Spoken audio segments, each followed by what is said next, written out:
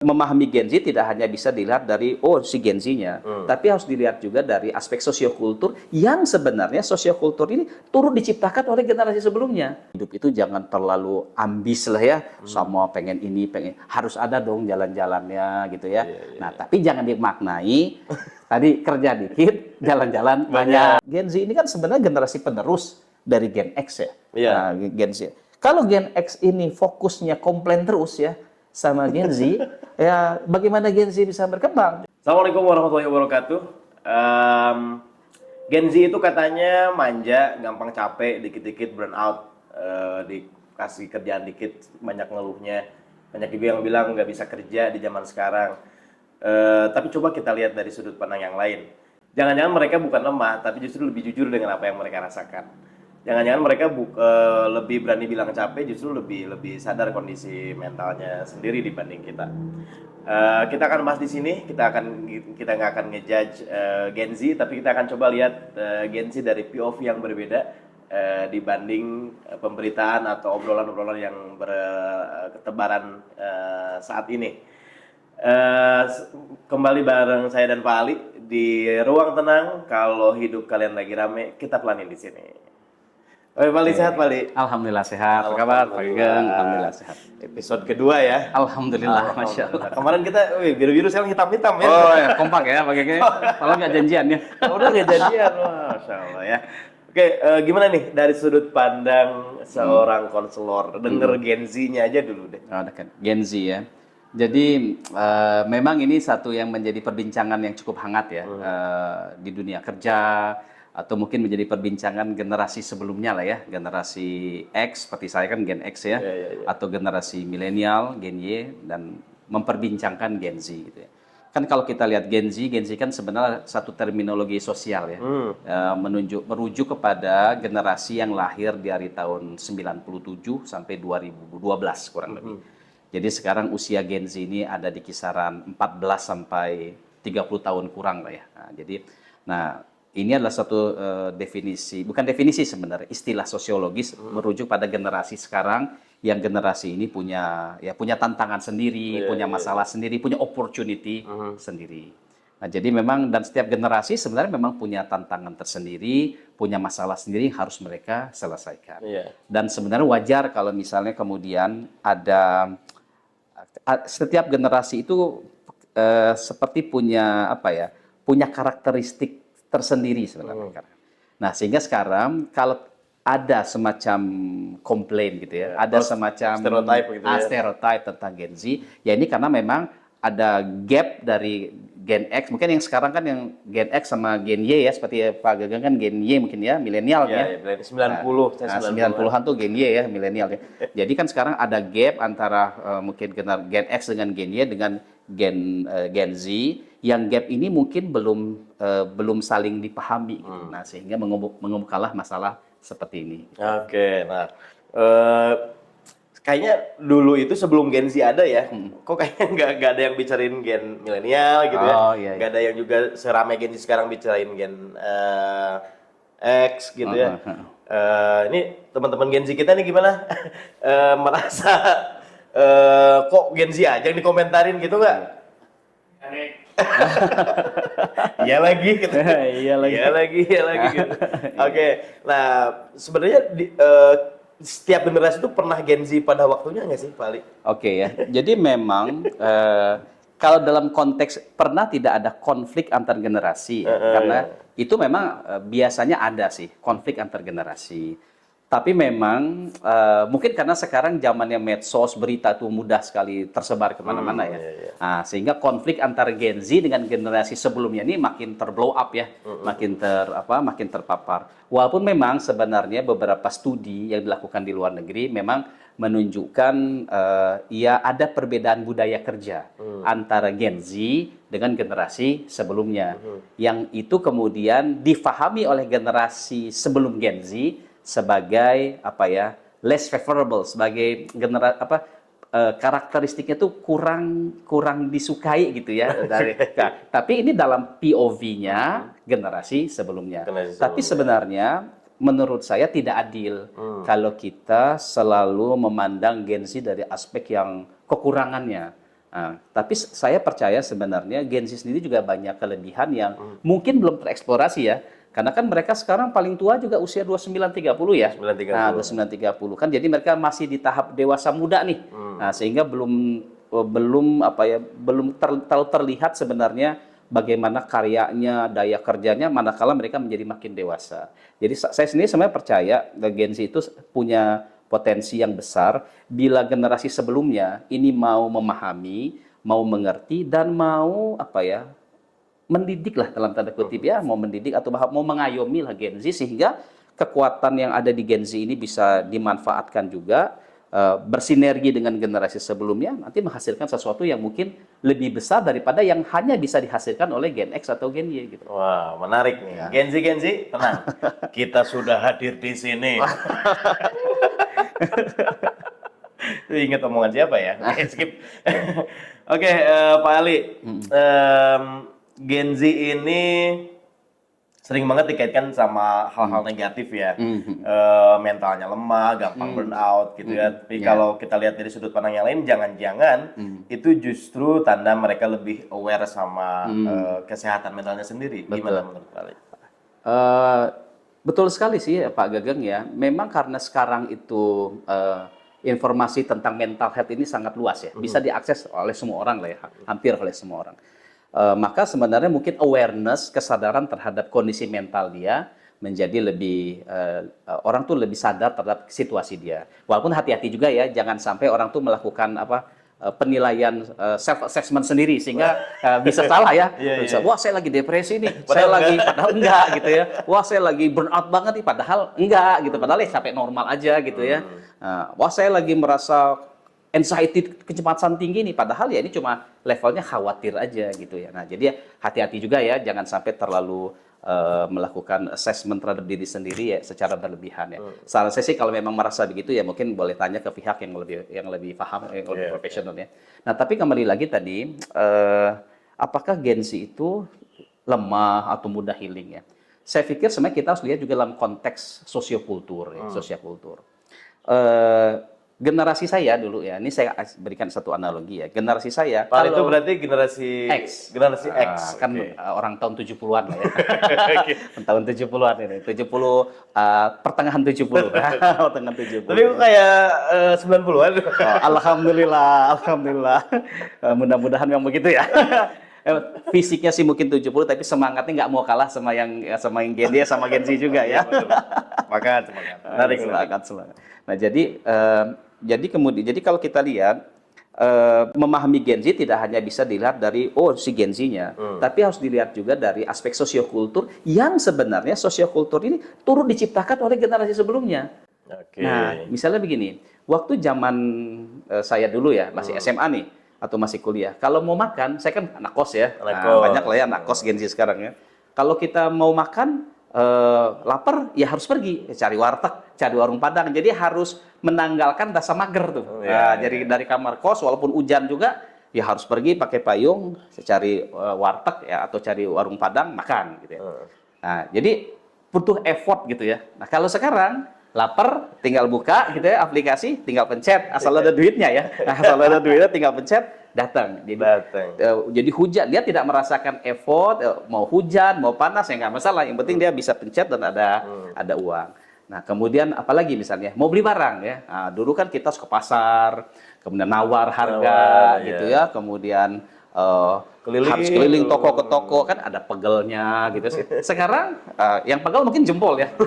Itu kalau tinggal scroll gitu, lihat-lihat, pencet kalau ada uangnya gitu. Sehingga memang, nah teknologi ini kan sebenarnya menciptakan kehidupan yang mudah, diciptakan oleh generasi sebelumnya. Nah, karena secara aspek sosiokultur, segala sesuatu itu serba mudah, segala sesuatu serba instan, ini kemudian pelan-pelan bisa jadi, tapi tidak semua ya, bisa jadi ini mengubah mindset Gen Z, bahwa segala sesuatu itu enak, inginnya yang mudah-mudah, inginnya yang relatif instan gitu ya. Padahal tapi sayangnya dunia ini tidak bekerja seperti itu. Sayangnya dunia ini ya tetap aja seperti dulu juga, kalau ingin mendapatkan sesuatu perlu ada effort yang dilakukan. Ingin berhasil harus ada usaha yang dilakukan. Nah, jadi saya tidak menyalahkan Gen Z punya misal karakternya instan ya, mudah capek atau mager gitu ya. Tapi ini memang adalah satu situasi yang memang tercipta dari aspek kultur yang ada di kita. Itu yang pertama. Kemudian yang kedua, kenapa sih mungkin Gen Z dibilang misalnya mudah ingin healing gitu ya, atau banyak yang bilang nggak bisa kerja katanya. Nggak bisa kerja gitu ya. Nah jadi nggak bisa kerja itu kadang-kadang begini. Sebenarnya menurut saya bukan nggak bisa kerja gitu ya, tapi mungkin tapi ini sebagian ya, nggak semua. Ingin bisa sukses dengan cepat, dengan kerja yang minimum. Nah, apakah ini salah Gen Z? Saya pikir kita nggak bisa serta-merta menyalahkan Gen Z. Ya, karena begini, memang kalau kita lihat di medsos ya, kita akan lihat ada anak-anak muda kerja sebentar, tahu-tahu udah punya pesawat terbang, gitu ya. Baru kerja sebentar, punya mobil sport yang bagus. Kerja sebentar, outfitnya kan dikasih tahu ya, ini sekian juta, sekian ratus ribu, sehingga total outfitnya berapa puluh juta. Padahal masih muda gitu ya. Yang itu mungkin kalau Gen X kayak saya baru bisa dicapai di usia 50, itu juga sebagian kecil gitu ya. Nah, sehingga karena ini sangat tersebar di medsos, Gen Z melihat loh, itu masih muda udah bisa kayak gitu. Berarti saya, masuklah ke dalam belief system. Berarti saya harus juga bisa seperti itu. Nah, harus bisa. Effortnya nggak banyak itu, bisa punya kekayaan begitu. Effortnya nggak banyak, bisa keluar negeri, bisa sering-sering keluar negeri. Effortnya nggak banyak, bisa punya barang yang mewah. Nah, ini kemudian menciptakan situasi yang mungkin menekan buat Gen Z. Kasihan sebenarnya. Artinya dia di posisi yang masih dalam tahap awal membangun karir, ya, tahap awal membangun hidup, tapi kemudian sudah punya beban untuk mencapai kesuksesan seperti yang ada di medsos. Bebannya jadi besar. Bayangkan aja gini, Pak Gageng, ada orang sedang terbebani sesuatu, harus bekerja juga. Bekerjanya itu capek, stressful, tapi dia juga punya beban yang untuk berat. Jadi double ya. Nah, double. Nah, mungkin inilah karena dia punya satu stres kerja, mungkin satu stres kuliah, mungkin. Tapi dengan ada beban ingin mencapai kesuksesan yang cepat itu, sehingga mungkin itu membuat dia menjadi lebih tertekan dibanding generasi yang sebelumnya.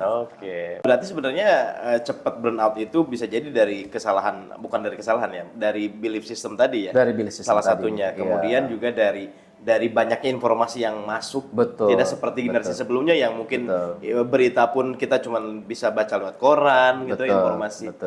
Tapi karena Gen Z sekarang percepatan informasi sangat luar biasa cepat, sehingga ya masuk ke belief system tadi gitu ya, bisa dibilang kayak gitu. Betul sekali Pak Gaga, karena begini, kalau misalnya kita lagi kerja ya, capek-capek, lalu kita lihat, kita scroll di media, ada orang jalan ke sana, jalan ke Jepang, jalan ke Korea ya, nggak ada yang salah dengan jalannya ya. Sambil kerja kita bilang, waduh kerjaan saya kok gini-gini aja, kapan saya jalan, kapan saya pergi ke luar negeri. Nah itu bisa memicu burnout yang terlalu besar gitu. Orang zaman dulu sih sebenarnya ada burnout juga. Cuma dia mungkin karena burnout-nya ya terus mau apa lagi ya, memang inilah yang bisa dikerjakan ya. Opsinya ya kalau nggak kerja ya kerja gitu ya. Kalau nggak genset, kalau nggak kerja jalan-jalan. Nah, gitu ya. Nah, sehingga mungkin itu mengakselerasi level burnout-nya menjadi orang Gen Z itu mungkin relatively lebih mudah dianggap ya, lebih mudah burnout, lebih mudah keletihan ya, lebih mudah fatigue ya dibanding generasi sebelumnya ya. Mungkin di generasi saya, di generasi Pak Ali juga burnout-nya ya ada juga ya. Iya, ada. Cuman memang kenapa tidak serame dibahas kayak Gen Z sekarang ya. Iya. Gitu. Mungkin karena dulu juga nggak ada medsos juga kali ya. Jadi jadi yang bahas generasi kita ya generasi atas kita aja udah selesai gitu. Karena burnout itu natural kok Pak Gageng. Artinya begini, ibaratnya gini lah, Pak Gageng paling senang makan apa nih? Makan sate. Sate ya. Enak gak satenya? Enak banget ya. Sate ayam atau kambing Pak Gageng? Sate kambing. Kambing ya. Tapi coba bayangin gini ya. Pagi, siang, malam makan sate kambing terus. Capek nggak makan sate kambing? Capek, sembelit Bu ya. Nah, sampai. Nah, jadi sebenarnya artinya kalau seseorang memang burnout itu adalah bagian dari resiko kita melakukan sesuatu secara terus-menerus hal yang sama. Dan itu sebenarnya bagian dari kehidupan kita. Nah, bagian dari kehidupan kita ya. Jadi sebenarnya nggak apa-apa ya. Maksudnya kalau ada bilang Gen Z cepat burnout ya kita juga punya, Punya potensi burnout ya. gitu ya. Tinggal kita memanage Ya, betul. belief systemnya yang tadi. Betul. Asal jangan kalah sama burnout. Oke. Jangan kalah. Burnout oke, keletihan oke, kepayahan oke.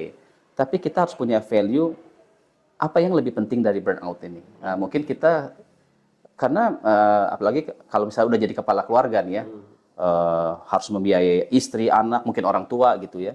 Kan capek sekali bekerja ya. Nah, tapi capek ya oke, nggak masalah. Tapi kita tahu bahwa capek itu meaningful. Meaningful. Ada meaningful. Jadi jangan kalah sama burnout-nya. Jangan kalah sama Oke, burnout-nya. burnout boleh tapi jangan kalah. Kita pelanin burnout-nya. Kita pelanin burnout. Oke, nah terus nih yang kedua Gen Z juga ini Gen Z juga sering dikenal sebagai yang concern dengan work life balance. Bro. Oke. Menurut Pak Ali ini bentuk kurang tahan banting atau justru cara baru yang lebih sehat untuk para Gen Z? Ya, jadi memang itu bisa dilihat dari dua sisi ya. Bagaimana mendefinisikan work life balance ya. Kalau kerja sedikit lalu pengen jalan-jalan, jadi kan definisi pribadi orang terhadap work life balance itu beda-beda ya. Nah, jadi jangan sampai definisinya begini, kerja dikit, jalan-jalan banyak. Walaupun kalau bisa ya alhamdulillah ya. Alhamdulillah. Betul. Ya, tapi sayangnya sebagian besar orang butuh kerja banyak untuk jalan-jalan gitu. Tapi gagasan tentang work-life balance itu bagus sebenarnya. Bagus ya. Karena kalau misalnya ada orang misalnya bayangkan bekerja dari pagi sampai malam, bahkan di beberapa negara ya, misalnya ada orang di Jepang contohnya ya, orang tuh sampai punya 2 atau 3 pekerjaan untuk menghidupi dirinya. Wah itu terbayang, berarti dari pagi sampai tengah malam kerja terus. Nah itu kan akan menjadi di mana level balance-nya. Nah karena kan kita ini manusia ya, manusia itu ada aspek betul ada aspek fisik yang harus kita penuhi, aspek biologisnya, ada aspek sosialnya, ada aspek spiritualnya, ada aspek psikologinya, intelektualnya harus dipenuhi, ada aspek sosial keluarga yang harus dipenuhi ya. Nah, artinya konsep work life balance ini memang sesuatu yang seharusnya itu yang menjadi concern kita semua gitu ya. Jadi bukan hanya concern Gen Z ya. Betul. Nah, Gen Z mungkin lebih aware daripada kita tentang work life balance. Jadi bahwa memang betul hidup itu jangan kerja aja gitu ya. Hidup itu jangan terlalu ambis lah ya. Sama pengen ini, harus ada dong jalan-jalannya gitu ya. Nah, tapi jangan dimaknai tadi kerja dikit, jalan-jalan banyak gitu ya. Nah, situasional lah itu. Jadi gitu. Jadi sebenarnya nggak apa-apa, maksudnya kita nggak perlu kontra dengan work life balance nggak perlu kontra ya. Yeah. Bahkan kalau bisa jadi berarti kalau yang jadi leadernya para Gen Z di dunia kerja ya harus mengendalikan work life balance-nya para Gen Z ini. Gitu. Jadi bisa jadi mungkin mindset tentang lingkungan kerja kalau di kantor ya, mindset lingkungan kerja jadi mungkin berbeda dengan dulu ya. Kalau dulu mungkin kantor itu tersekat-sekat, mejanya teratur. Mungkin kalau Gen Z cara memandang lingkungan kerja yang bagus mungkin berbeda. Mungkin lebih flow ya, lebih colorful, mungkin lebih santai, tapi tetap produktif gitu. Nah, wah, menarik. Jadi buat para Gen Z jangan khawatir, kita nggak harus kontra dengan yang tadi burnout kemudian work life balance ya. Tinggal kita harus mendevelopnya aja dengan baik gitu ya. Betul. Oke, lanjut Pak Ali ya. Kalau dibanding generasi sebelumnya, Gen Z itu lebih berani ngomong soal batasan diri nih. Sebenarnya ini kelebihan atau justru tantangan baru dalam hubungan sosial dan dunia kerja. Karena mereka lebih cukup gitu. Saya berani bilang enggak gitu segala macam. Berani bilang udah saya capek selesai gitu. Ya. Jadi sebenarnya orang yang memahami batasan dirinya sendiri sebenarnya satu karakteristik yang positif ya. Nah, jadi artinya dia tahu kapan harus bilang cukup, dia tahu kapan harus bilang tidak. Dalam konteks itu ya. Nah, tetapi harus dipahami juga kita kan hidup bukan hanya hidup sendiri ya. Nah, jadi apalagi kalau kita berada dalam satu organisasi atau kita berada dalam satu lingkungan kerja yang heterogen yang mungkin punya target juga, yang mungkin punya goals juga. Nah, disinilah Gen Z perspektifnya, tapi ini tentu saja tidak semua Gen Z loh ya. Tidak hanya melihat dari boundary atau target atau perasaan atau dia menilai dirinya sendiri, saya capek, saya sudah merasa cukup. tapi dia juga perlu melihat dalam konteks yang lebih luas. Lebih Ya. luas. Bagaimana nih kalau organisasinya, kalau saya berhenti, organisasinya bisa jalan enggak? Kalau saya selesai di titik ini, kerjaan belum beres, tapi saya capek, saya nggak mau lanjut. Nah ini pekerjaan di tempat kerja kan bagaimana? Dan juga mulai berpikir begini, memang idealnya begitu ya. Idealnya bahwa ya kalau kita udah merasa lelah kita stop gitu ya. Oke. Nah, cuma ada bahkan bukan ada, sering momen-momen sebenarnya di tempat bekerja mungkin ya, atau dalam kehidupan malah kita tuh di-push untuk melakukan sesuatu yang mungkin sedikit atau mungkin banyak melampaui batas diri kita. Mungkin nggak tiap hari ya. Nah, kalau tiap hari juga nggak sehat ya. Iya, iya. Nah, tapi ada mungkin ada hari-hari tertentu di mana misalnya kalau di dunia kerja nih, misalnya setting kerja misalnya dari jam 8 pagi sampai jam 4 sore. Tapi mungkin ada saat-saat di mana kerja ya bukan sampai jam 4 tapi jam 8 gitu ya. Nah, di sini juga di satu sisi ya Gen Z juga perlu mempertimbangkan, oh iya mungkin ada satu kebutuhan di mana di tempat kita bekerja bahwa kita perlu memberikan kontribusi lebih untuk sampai jam 8 tersebut gitu. Nah, memang kalau setiap hari ya melelahkan gitu ya. Tapi kan mungkin harus juga melihat perspektif bahwa selain ada perspektif diri sendiri, tapi juga perlu juga melihat ada perspektif dari mungkin organisasi atau tempat bekerja yang lebih luas gitu. Ya, termasuk juga tentang kredibilitas dirinya sendiri. Betul, gitu ya. betul sekali, Jadi betul. nggak cuman saya berani ngomong capek selesai, tapi akhirnya Tapi kerjaan nggak beres. kerjaan nggak beres, value dirinya juga berkurang. Betul, betul. Gitu ya. Nah, ini menarik nih yang disampaikan oleh Pak Gagel. Masalah work ethic ya. Oke. Work ethic ya. Jadi sebenarnya work ethic itu kan terkait dengan seberapa kita sungguh-sungguh, seberapa kita bertanggung jawab atas amanah yang sudah diberikan kepada kita. Oke. Nah, dan itu sebenarnya bukan hanya masalah gaji, tapi itu masalah integritas diri kita. Integritas diri kita. Apakah kita ini orang yang berintegritas tidak dengan amanah, dengan tugas yang diberikan kepada kita? Betul. Apakah kita berintegritas dan menyelesaikan sesuatu yang sudah menjadi tugas Tanggung kita? jawab. Walaupun mungkin itu mengorbankan sedikit zona kenyamanan pribadi. Nah, jadi Sedikit mengorbankan boundariesnya tadi. iya, sedikit mengorbankan kenyamanannya demi integritas. Tapi kalau misalnya kita bicara begitu, mungkin ada saat-saat di mana kita perlu lebih mengedepankan integritas pribadi dibanding kenyamanan diri sendiri.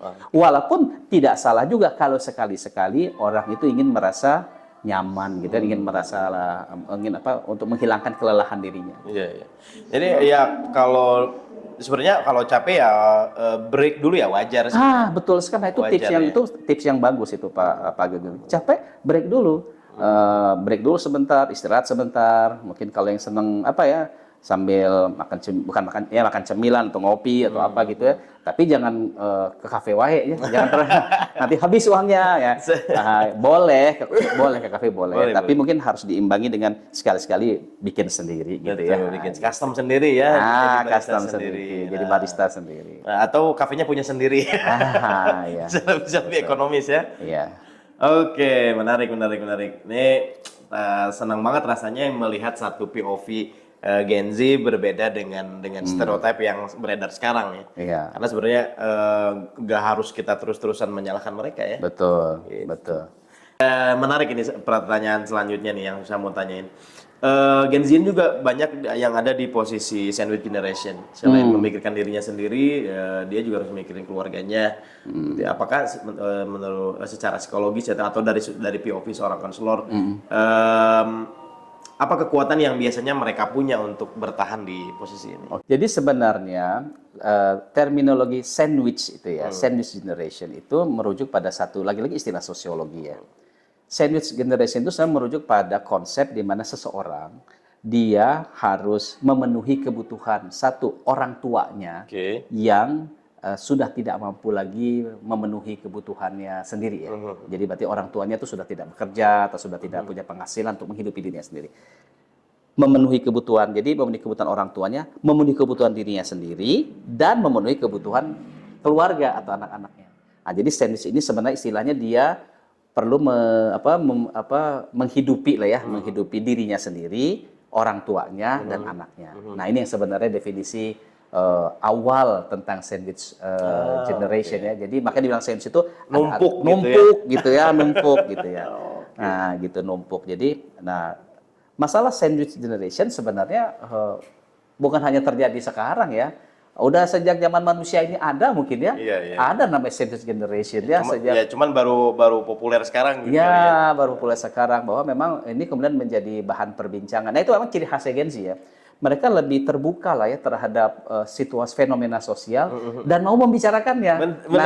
Ini menurut saya sebenarnya sisi positif dari Gen Z ya. Betul. Nah, tinggal sekarang thoughts causes feeling. Nah, kalau yang dibicarakan itu tone-nya positif, yang dibicarakan itu dalam semangat untuk ayo kita beramal soleh gitu ya, maka sandwich itu tidak masalah. Tidak masalah. Tapi kalau tone-nya negatif, tone-nya dalam, wah saya burn out nih, udah harus memenuhi diri sendiri, orang tua, anak, kapan me time-nya gitu ya, gimana beli mobilnya, gimana beli rumahnya gitu ya. Nah, itu pasti akan menimbulkan situasi yang menekan buat dia. Nah, jadi generasi saya dulu khususnya ya mungkin ada yang banyak. Oke, saya juga sandwich generation dulu ya. Tapi ya itu dianggap sebagai sesuatu yang normal aja ya. Kan masa punya orang tua nggak diurus, masa punya anak nggak diurus gitu ya. Ibaratnya gitu ya. Berarti sebenarnya si sandwich generasi ini biar nggak dia nggak burnout, biar dia nggak pressure gitu ya. Berarti ya tergantung belief systemnya juga. Belief systemnya juga. Jadi karena memang sebenarnya ini adalah sandwich ini generasi ini sesuatu yang memang yang terjadi di mana-mana ya. Ada satu riset kalau saya nggak salah ya, di satu daerah di Italia, orangnya umurnya panjang-panjang. Nah, kenapa? Rupanya di sana satu yang umum, satu rumah itu tinggal ada kakek, ada orang tua, ada anak, bahkan ada cucu.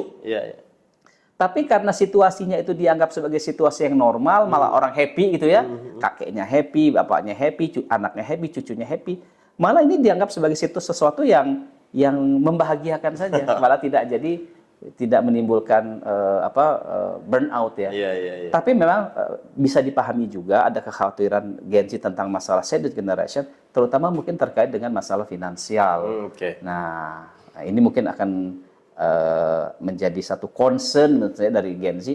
Gimana nih, cukup nggak ya uangnya gitu ya, cukup nggak ya penghasilan saya untuk menghidupi, untuk mensupport orang tua, tapi juga untuk mensupport anak, sambil saya juga pengen, pasti punya keinginan juga ya pribadinya, nah gitu, mungkin jadi concernnya begitu. Oke, kayak kitanya juga pengen life balance juga ya. Pengen life balance juga. Oke, ini ngomongin sandwich generation kayaknya nggak cuma Gen Z juga yang tadi sudah kita bilang ya. Ini udah ada pertanyaan masuk ya? Udah ada? Oke, kita coba cek. Ini juga ada pertanyaan nih Pali yang sudah masuk ke kita dari seseorang. Ini usianya dia bilang ya antara 30 lebih sampai 40-an. Memang sekarang harus membiayai orang tuanya, juga keluarganya gitu, dengan anak-anaknya juga. Betul, gitu ya. Betul. Apa nih yang harus katanya apa yang harus saya lakukan? Apakah saya mengorbankan kebahagiaan dan keinginan keluarga saya demi orang tuanya, atau malah sebaliknya mengorbankan orang tuanya gitu ya, demi keluarganya sendiri dan anak-anaknya. Oke. Silakan Pak Ali. Baik ya, sebelumnya terima kasih ya sama yang bertanya, dan saya sebenarnya ya bisa berempati terhadap apa yang terjadi. Ini mungkin sulit ya bagi yang bersangkutan gitu ya. Biasanya kalau kita dihadapkan pada dua pilihan, ini kan pilihannya apakah mau support orang tua atau fokus ke keluarga dan anak gitu ya. Seolah-olah kita itu merasa pilihan itu cuma A dan B aja gitu ya. Nah, tapi kadang-kadang kita juga perlu mempertimbangkan, bisa jadi ada pilihan yang ketiga. Pilihan ketiga. Kita tidak harus memilih, kalau ke orang tua berarti ngorbanin anak. Kalau ke anak berarti ngorbanin orang tua. Nah, itu kan pilihan yang sebenarnya sangat sulit untuk dibuat ya. Nah, oleh karena itu sebenarnya di sini kita perlu melihat mungkin ada pilihan lain di mana tidak perlu ada yang dalam tanda kutip dikorbankan. Nah, di sini ya. Nah, jadi memang kita coba aja sedikit ya. Biar mungkin lebih relate sama rekan-rekan ya. kan kita nih perlu melihat bagaimana sih perspektif orang tua dulu nih, Oke. orang yang dibiayai ya. Nah, ini dalam konseling ada namanya teknik empty chair. Empty chair, kursi kosong. Empty chair. Empty chair, Oke. kursi kosong ya. Nah, kita cobain aja ya. Nah, Oke, jadi boleh. ini saya ngajak Pak Gageng berimajinasi ya. Oke, boleh Pak Ali. Nah, ini sekarang Pak Gageng ini bayangkan sekarang ini 35 tahun dari sekarang. Berarti kira kurang lebih Pak Gageng usia berapa ini? 60-an. 60 tahun ya? 65. 65 tahun ya. Misalnya saja sudah pensiun dan misalnya lagi katakannya tidak ada pekerjaan apapun. Sehingga untuk sementara mungkin takdir Allah umur masih 10 tahun lagi misalnya gitu ya, misalnya gitu ya. Nah, jadi dalam posisi di mana tidak punya penghasilan, jadi Pak Gageng bayangkan tidak punya penghasilan, kemudian punya istri masih ada ya, berarti kemudian dan punya beberapa anak yang sudah punya penghasilan, nah, mungkin punya yang sudah bekerja gitu ya. Nah kemudian Pak Gageng ini ada di posisi sebagai orang tua, tapi kan hidup berjalan ya, kebutuhan tetap ada ya, kebutuhan ekonomi, kebutuhan makanan minum kan tetap ada walaupun udah usia 65 kan. Betul. Apa yang Pak Gageng rasakan? Kita lihat dua perspektif ya. Seandainya anak Pak Gageng bilang begini, "Pah, uang aku tuh terbatas. Jadi aku nggak bisa bantu papa. Aku cuma bisa untuk hidupku sendiri sama anak-anak di rumah." Nah, kalau ini Pak Gageng usia 65 tahun, anak Pak Gageng bicara begitu pada Pak Gageng, apa yang Pak Gageng pikirkan sebagai seorang orang tua? Kayaknya kalau di mulut sih nggak apa-apa aja sih paling. Kalau di mulutnya ya, tapi kayaknya sedih banget sih. Nah, sekarang coba Pak Gageng sebagai orang tua yang usia, ini saya ini anaknya ya, saya pura-purain saya anak yang ngomong. Pak Gageng orang tuanya. "Pah, penghasilanku ini pas-pasan banget, Pak. Kayaknya aku nggak bisa deh support papa lagi sama mama. Anak-anak butuh uang kuliah, butuh uang SMA. Duh, jadi maaf ya Pak ya, aku nggak bisa bantu lagi." Nah, sekarang mungkin seperti tadi kata Pak Gageng, mungkin lidah akan bicara, orang tua apalagi ya, enggak apa-apa. Tapi seandainya yang ngomong hatinya Pak Gageng, apa yang kira-kira dikatakan oleh hatinya Pak Gageng? Ya, kok kamu gini sih? Gitu ya. Kok kamu gini sih gitu. Tidak, kalau di hati saya sih kalau bilang kamu nggak percaya pertolongan Allah itu akan hadir ketika kamu ketika kamu berbakti pada orang tuamu sendiri. Apa perasaan apa yang dominan dalam diri Pak Gageng? Kesal, Kesal, sedih sih, sedih. sedih. Dominannya kesal atau sedih? Sedihnya. Sedih yang dominannya ya. Jadi, nah itu bisa dibayangkan kalau si anak yang bicara, saya yang bicara, tiba-tiba saya ada di posisi Pak Gageng. Oke. Saya yang usia 35, sekarang saya berubah menjadi yang di usia 65, lalu anak saya bicara begitu kepada saya. Akan mengalami juga ya perasaan sedih atau kesal. Nah, jadi kadang-kadang, nah kita balik lagi ke yang sesungguhnya ya. Oke. Saya udah nggak muda lagi ya. Nggak muda, udah muda lagi nih Pak Gageng ya. Udah muda lagi ya. Dilema itu memang sebenarnya untuk, apalagi kalau penghasilannya ngepas ya, dilema ini akan muncul sebenarnya. Tapi kalau kemudian kita berusaha menempatkan diri kita yang ada di posisi orang tua kita. Nah, kemudian kita juga ada di posisi anak kita gitu ya.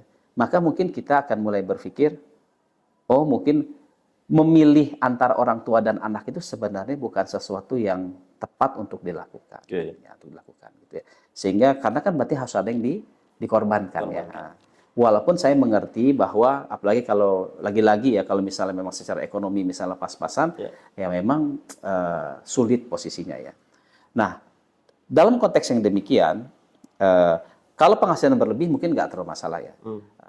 Tapi sebenarnya kadang-kadang ada juga orang yang punya penghasilan berlebih tidak mau juga mungkin direpotkan sama urusan orang tua sandwich generation. Nah, jadi lagi-lagi ini kembali lagi kepada belief system kita. Nah, begini. Ingat nggak dulu ada pepatah begini. Kalau walaupun menyeberangi gunung, walaupun menyeberangi lautan, walaupun mendaki gunung yang tinggi, aku akan tetap mengejarmu gitu. Jadi misalnya gini ya, Pak Gagang senang dengan seorang wanita nih, tapi dia ada di seberang lautan ya. Untuk ke sana harus nyeberang lautan, harus naik gunung. Tapi saking senengnya, akan tetap dikejar nggak kira-kira Pak Gagang? Kalau bisa gitu. Iya, dikejar. Dikejar ya? Dikejar. Walaupun susah ya? Walaupun Nah, susah. ini metaforanya, walaupun harus berenang, walaupun harus mendaki gunung, kalau memang yang dikejar ini adalah sesuatu yang dicintai, bakal tetap dikejar nggak? Iya. Dikejar ya. Tapi kira-kira waktu ngejarnya capek nggak? Capek. Capek ya. Tapi kenapa tetap ngejar? Belief system. Nah, belief system karena apa beliefnya? Beliefnya karena ya kita mencintai orang tersebut. Sesuatu yang berat, tapi kalau dilakukan atas dasar cinta, maka dia beratnya tetap, tapi bebannya jauh berkurang. Oke. Nah, sekarang begini, ada seseorang, Bapak tadi, berat enggak yang ngurus orang tua, yang ngurus anak, berat enggak? Berat. Berat. Tapi kalau kita mencintai orang tua kita, kita juga mencintai anak kita, beratnya mah tidak berubah, tapi bebannya itu akan jauh berkurang. Karena kita berjuang, kita berkorban untuk sesuatu yang kita Cintai. cintai. Wow, luar biasa. Ini buat saudaraku di luar sana yang bertanya, jadi nggak apa-apa di posisi kamu sekarang seperti ini. Tugas kita tinggal tambah rasa cintanya. Nah, betul sekali. Tambah Tambah rasa cinta kita. Bebannya tetap sama, beban yang dirasakan berat mungkin kita imbangin dengan rasa cinta yang juga besar. Betul sekali. Oke, menarik. Lanjut, Pak Ali.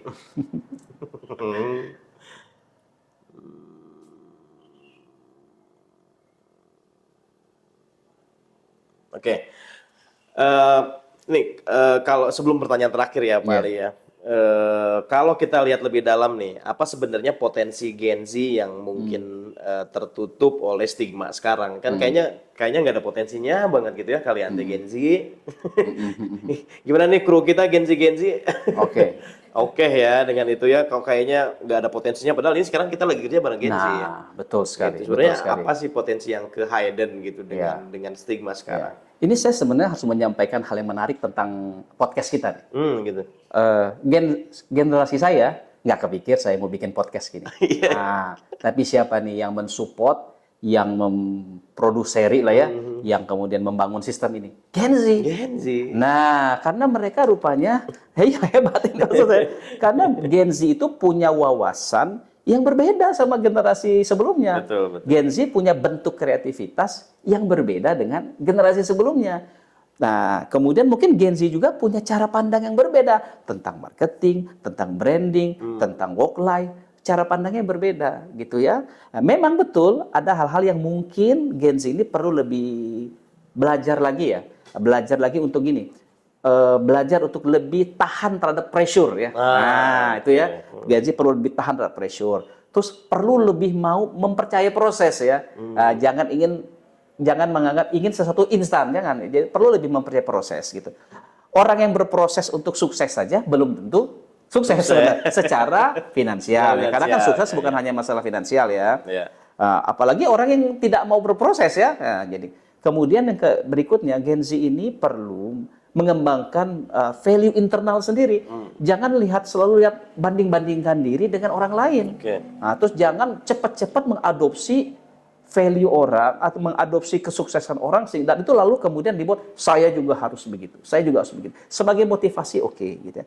Tapi kalau sebagai kemudian membebani diri kita dengan apa yang kita lihat di medsos, nah kita harus ya aware juga sebenarnya aware juga. Nah, tapi ini mungkin sedikit secara kita melihat Gen Z.